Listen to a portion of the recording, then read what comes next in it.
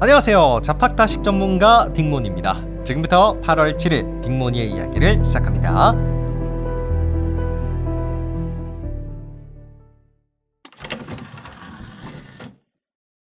자, 오늘의 이야기 주제는 우리 미래의 핵심 먹거리, 반도체예요. 오늘 아침 신문에 어떤 기업인이 나와서 이렇게 얘기를 했습니다.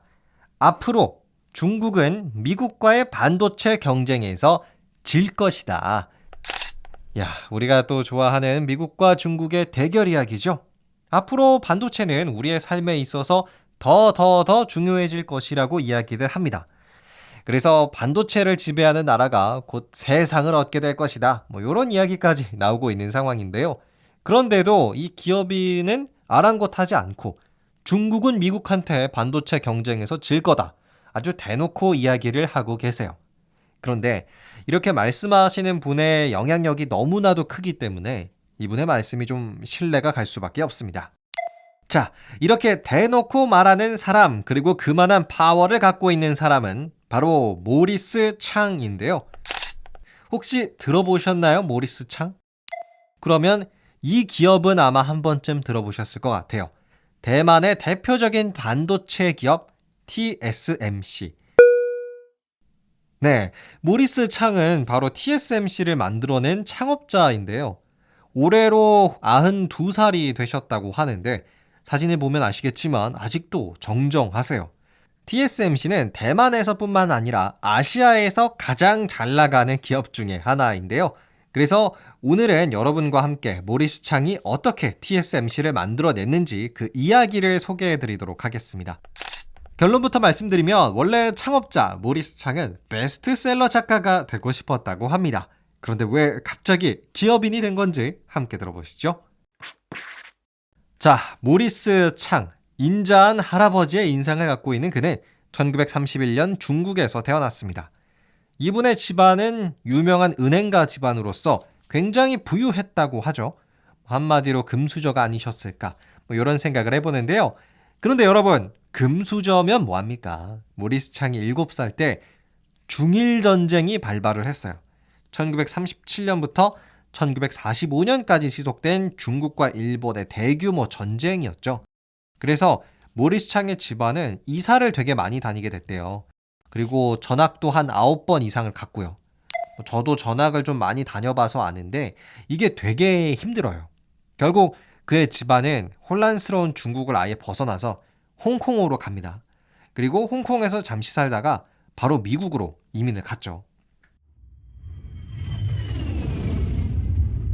그런데 여기서 제가 신기한 점을 하나 찾아냈습니다.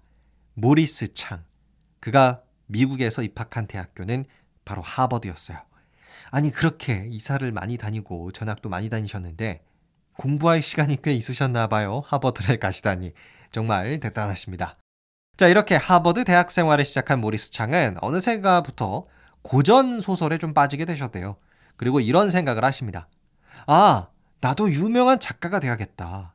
그래서 작가의 꿈을 키워나가고 있었는데 여러분, 왜 그런 거 있잖아요. 특히 우리나라랑 일본, 중국, 대만 이런 아시아 문화권에서 두드러진다고 생각을 하는데 바로 이 가장의 무게라는 조금 책임감 있는 가장의 문화가 있지 않습니까?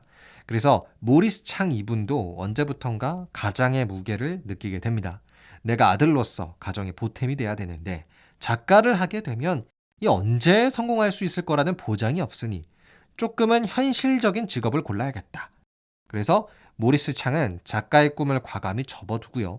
엔지니어의 길을 가기 시작해요. 그래서 그 첫 번째 과정으로 하버드 대학교에서 MIT 공대로 편입을 해요.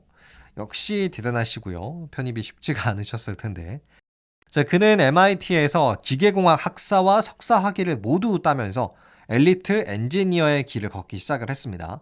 그리고 나서 졸업을 한 뒤에 이제 직장을 선택하시겠죠. MIT 석사 학위 정도면 어디든 골라서 다 갈 수가 있죠.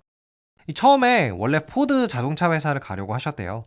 근데 더 좋은 조건을 제시한 회사가 있어서 다른 회사를 가게 됩니다. 그러다가 이 모리스 창은 운명적인 회사죠. 텍사스 인스트루먼트, 지금도 있는 미국의 반도체 회사에 취직을 하게 됐는데요. 이 회사는 지금 2023년에도 반도체 매출로 전 세계 10위권 안에 있을 정도로 세계적인 미국의 반도체 회사입니다. 근데 모리스 창이 이 회사에서 정말 어마어마한 실적을 내셨는지 동양인임에도 불구하고 이 그룹의 부사장 자리까지 올라갔대요. 물론 20년이라는 세월이 있긴 했지만 당시에 1980년대 그룹 부사장 자리는 그 어떠한 동양인도 해내지 못했던 아주 엄청난 성과였대요.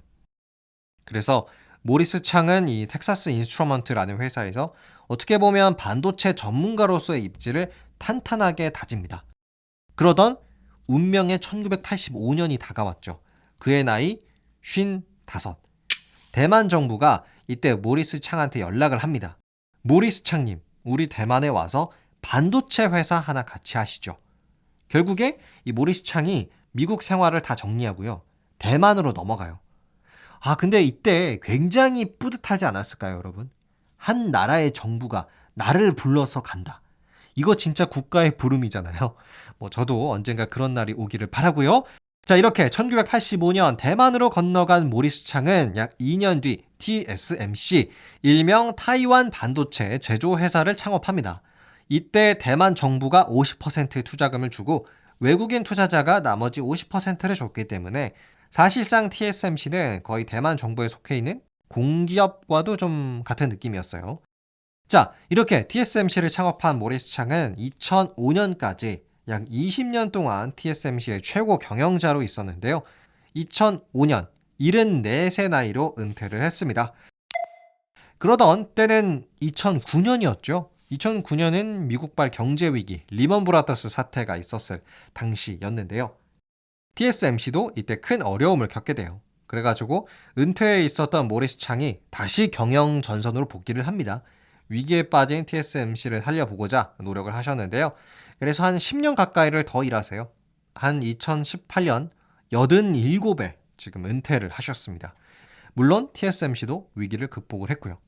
자, 그럼 지금까지 TSMC를 창업한 모리스 창의 이야기 들어보셨는데요. 작가가 되지 않고 엔지니어의 길을 걸으신 건 정말 잘하신 선택인 것 같습니다. 엄지척 드리고요. 그러면 우리가 TSMC를 만들어낸 모리스 창이 누구인지는 좀 알아봤으니까 이제는 TSMC가 도대체 무슨 일을 하는 회사인지도 우리가 좀 알아보도록 해요. 먼저 TSMC는요. 아시아 기업들 중에서 우리나라의 삼성전자, 일본의 도요타, 중국의 텐센트 이런 기업들을 뛰어넘는 아시아 시가총액 1등 기업이거든요. 그래서 TSMC가 또 무슨 일을 하고 있는지는 우리가 알고 있을 필요가 있다고 생각을 합니다. 제가 아주 간단하고 쉽게 설명해 드리도록 할게요. 자, 반도체 기업은 크게 세 가지로 나눠볼 수가 있어요. 첫째, 반도체를 설계만 하는 팹리스 기업. 둘째, 반도체를 생산만 하는 파운드리 기업. 셋째, 반도체를 설계도 하고 생산도 하는 짬뽕, 종합 반도체 기업. 이렇게 나눠볼 수가 있습니다. 왜 자동차도 그렇잖아요. 람보르기니처럼 기름으로 가는 차만 만드는 브랜드가 있고 테슬라처럼 전기차만 만드는 기업이 있고 현대자동차처럼 둘 다 하는 기업들이 있는 것처럼요.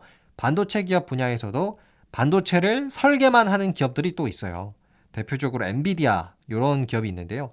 엔비디아는 특히 한국인들이 가장 많이 사는 미국 주식 1등에 뽑힌 적도 있다고 합니다.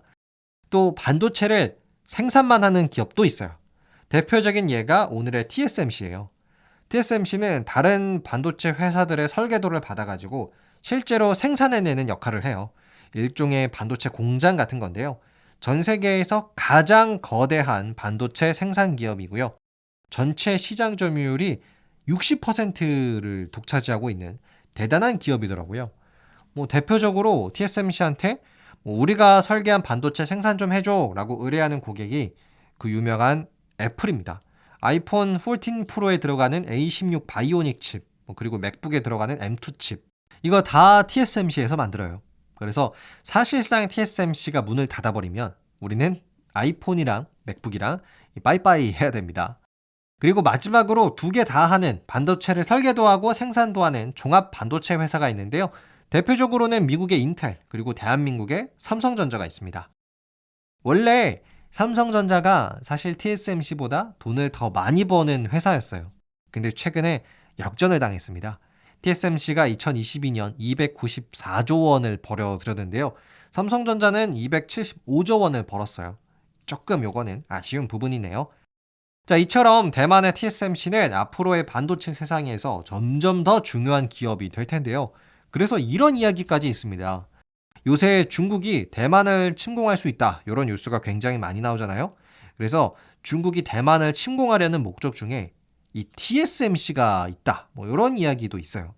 왜냐하면 중국이 자체 기술력만으로는 도저히 미국의 반도체 시장을 따라잡을 수가 없으니까 이미 많은 노하우를 갖고 있는 대만의 TSMC를 뭐 어떻게 침공을 한 다음에 무력으로 뺏어버리면 어느 정도 그 노하우를 발판으로 미국과의 경쟁에서 한번 해볼 수가 있기 때문에 뭐 그래서 중국이 대만을 침공하려 한다. 이런 이야기도 있습니다.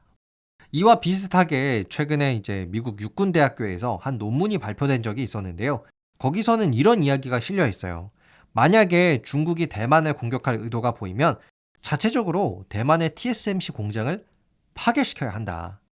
근데 정말 만약에 TSMC가 진짜 대만 침공으로 인해서 파괴가 되거나 생산이 올스톱 된다면 어떻게 될까요? 전 세계 경제에 미치는 그 영향력이 상상을 초월할 수준이라고 해요. 그냥 뭐 반도체 공장 하나가 망하는 정도가 아니라 경제 올스탑 수준. 뭐 우리가 볼 수 있는 다양한 전자제품들의 생산이 전부 올스탑 됩니다. 그래서 중국의 대만 침공 자체가 세계 질서를 파괴하는 일이 될 수도 있다라고도 이야기를 하죠. 물론 중국도 아마 섣불리 대만을 공격하지는 못할 것 같은데요. 근데 또 워낙 상식을 뛰어넘는 행동들을 하는 나라다 보니까 조금은 걱정이 되는 것 같습니다.